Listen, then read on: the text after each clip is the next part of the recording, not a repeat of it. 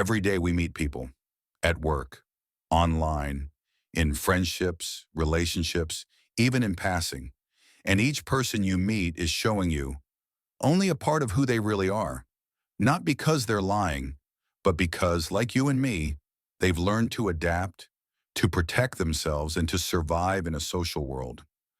What you see, the charming smile, the calm demeanor, the confident tone, may not reflect what's truly going on beneath the surface. This is what Robert Greene means in the very first law of the laws of human nature. See through people's masks. Because the truth is, everyone is performing to some extent. We create versions of ourselves for different situations. The professional at work, the fun friend at parties, the ideal partner on a first date.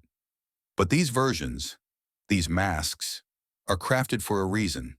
They hide fears, desires, insecurities, ambitions. Green argues that if we fail to see through them, we become vulnerable. We get manipulated.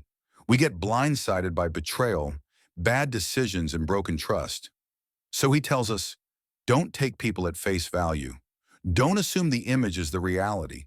Learn to read the signs that something deeper is at play. He gives us powerful examples, one of the most famous being Queen Elizabeth I. To maintain control in a world that underestimated her, she created the image of the Virgin Queen, a figure above passion, above weakness, composed, rational, divine. But behind that mask was a master tactician, a woman deeply aware of how others perceived her and how to use that to her advantage. Her mask gave her power. And that's the real insight here. The mask is not always a lie. It's a tool, but it can deceive. To survive or thrive in human relationships, we need to stop asking, what is this person showing me? And instead ask, what are they hiding? What's the motivation behind the mask? Once you start thinking this way, the world changes. People become more interesting and more transparent.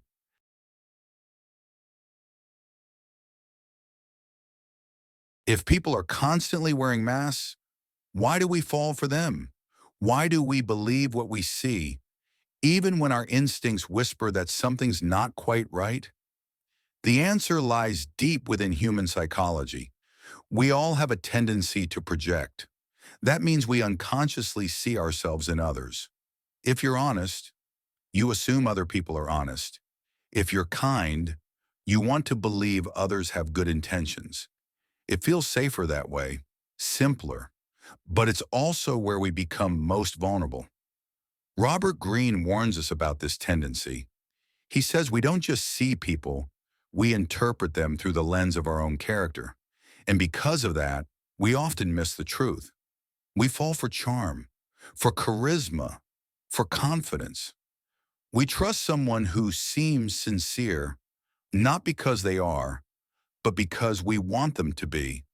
But appearance is not reality. In fact, some of the most manipulative people wear the most convincing masks. Greene writes, people are constantly presenting a front to seem noble, virtuous, even saintly.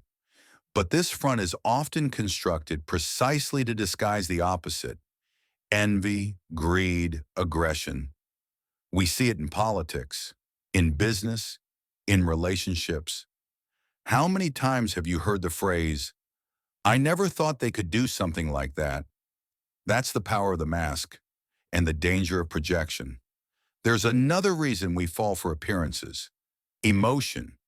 The more emotionally involved we are, the more we want something to be true, the blinder we become. Desire clouds perception. Whether it's desire for love, for approval, for belonging, it distorts the lens. Greene's first law is a reminder to step back, to take a breath, to see with clarity, not with hope. Because once you stop projecting and start observing, you begin to see the subtle contradictions, the cracks in the mask, and that is where the truth lives. So now that we understand the mask and why we fall for it, the next question is, how do we see through it? How do we become someone who reads people, not just listens to them? The answer isn't to become paranoid, it's to become observant. Robert Greene tells us, people are always revealing who they really are, not with their words, but with their patterns. You just have to learn what to look for. Let's break it down. 1. Micro expressions. These are brief flashes of real emotion, fear, anger, jealousy, that slip out before the mask can catch up. A forced smile, a flicker of annoyance, a look that doesn't match the tone. They last only a second, but they're real. 2. Tone of voice. Words can lie, but tone, it betrays the emotional truth. Is the voice too smooth, too controlled, too rehearsed? Or does it wobble, hesitate, or shift when a difficult subject comes up? Listen not just to what's being said, but how it's being said. 3. Body language. This one is ancient, instinctive. Crossed arms, avoided eye contact, a sudden lean back, fidgeting when you ask a direct question. The body speaks even when the mouth stays silent. And 4, consistency over time. This is the big one. The mask is hard to wear forever. Over time, people slip. They reveal contradictions. The image starts to fade. Someone may preach loyalty, but gossip behind closed doors. They may act generous, but only when it's being watched. Patterns always emerge. The key is, don't judge in the moment. Observe over time. Understanding masks is one thing, but knowing how to use that knowledge, that's where the real transformation happens.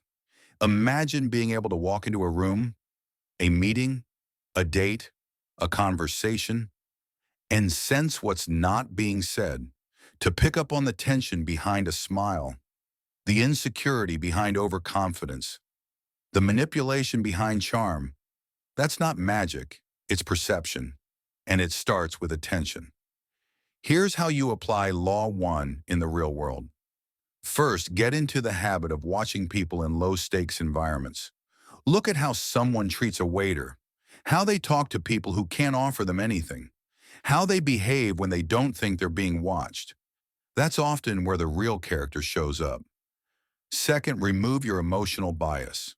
This is tough, especially with people you like, admire, or want to trust. But remember, the more emotionally invested you are, the harder it is to see clearly. Step back, observe, ask yourself, is what they're showing me consistent with how they act? Truth isn't in the presentation, it's in the repetition. Third, use silence. People reveal more when they're not being guided. Let them speak. Let them fill the space. It's in those unguarded moments, those unscripted responses, that the mask slips. Greene suggests this is how many powerful people operate. They observe quietly. They let others speak, and through that, they gain the advantage. Over time, you'll develop what feels like intuition. But it's not a guess, it's a trained eye. The result of hours of paying attention. And once you have it, you'll start to notice things other people miss. You'll protect yourself from manipulation, and you'll build deeper, more authentic relationships because you're not fooled by surface. You'll stop reacting and start seeing. So let's bring it full circle. Robert Greene's first law of human nature is simple, but powerful. People wear masks, not just to deceive, but to survive, to fit in, to protect themselves, and sometimes to control others. But the danger isn't the mask itself, it's believing it's the whole story. When we assume appearance equals truth, we open ourselves to disappointment, manipulation, and misjudgment.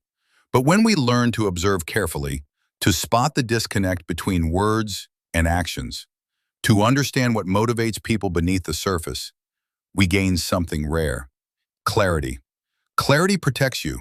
Clarity frees you. Clarity helps you move through the world without illusion, and that's power.